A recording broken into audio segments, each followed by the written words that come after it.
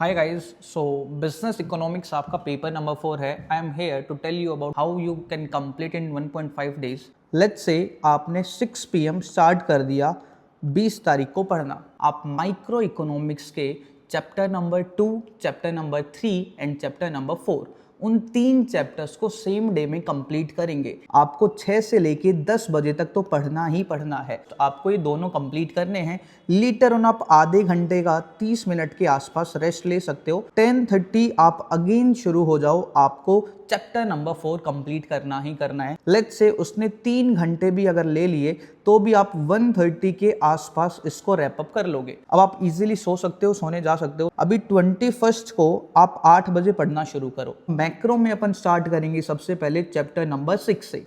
Chapter number 6 आपका है national income का।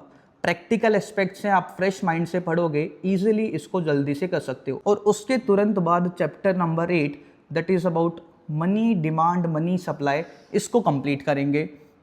ये दोनों चैप्टर्स मेरे हिसाब से 4 से 5 घंटे में कंप्लीट हो जाएंगे।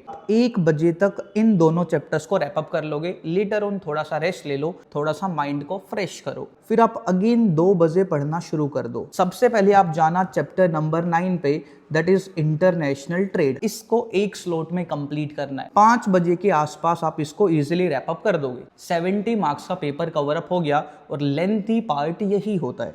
अब इसके बाद में आप क्या करोगे, 2 घंटे लो, 6 से लेके 8 बजे तक। माइक्रो का जो चैप्टर नंबर 1 और चैप्टर नंबर 5 है, बहुत छोटे छोटे चैप्टर्स हैं, 1 घंटा लगेगा मैक्सिमम। 2 चैप्टर्स को 2 घंटे में निपटा दो। अब आपका माइक्रो हो गया एक कंप्लीट। मैक्रो में सिर्फ 2 चैप्टर्स बचे, and which is chapter number 7 and chapter number 10। Chapter number 7 है पब्लिक फाइनेंस, जो कि बहुत ही लेंदी है और उसका वेटेज सिर्फ 10 मार्क्स का है। अभी इसमें 4 यूनिट्स आने वाली हैं। अब उन 4 यूनिट्स में से आप सबसे पहले 3rd और 4th यूनिट को खत्म कर दो। 3rd is all about budget part, जो 4th है उसमें सिंपल थोड़ा सा पार्ट है अबाउट फिस्कल पॉलिसी। जैसे ही ये दोनों हो जाएंगे फिर आप आना यूनिट नंबर 1 और 2 पे। आप इन दोनों को रैप अप करना, यूनिट नंबर 1, यूनिट नंबर 2। 3, 4 के बाद आप इसको कर लेना।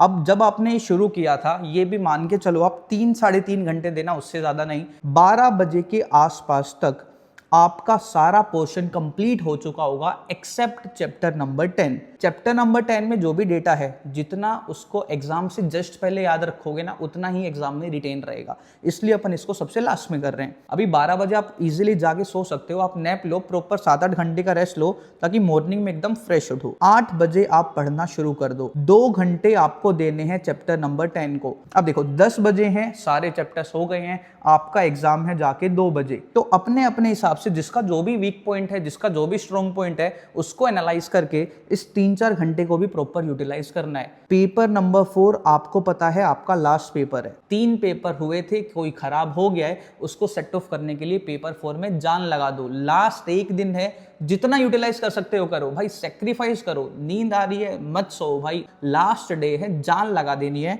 All the best guys, paper number 4 should be your best one. All the best. चलो मिलते हैं पेपर के बाद में।